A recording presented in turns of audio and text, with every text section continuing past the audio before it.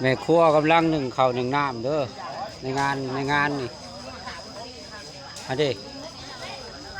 โอ้ในงานแม่ครัวนี่กำลัง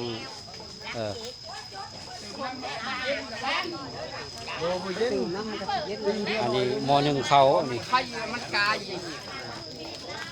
อันนี้เคียงเตรียมเห็ดกินได้นี่เคียงนี่นี่โอ้ผู้ครัวกับครัวแล้วถูทางผมอันนี้น้ำห้อนสำหรับลวก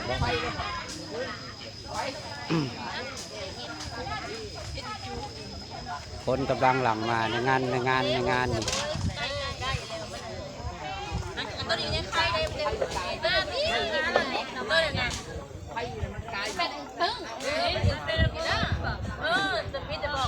จูไผ่ใส่หลายๆจูพื้นใส่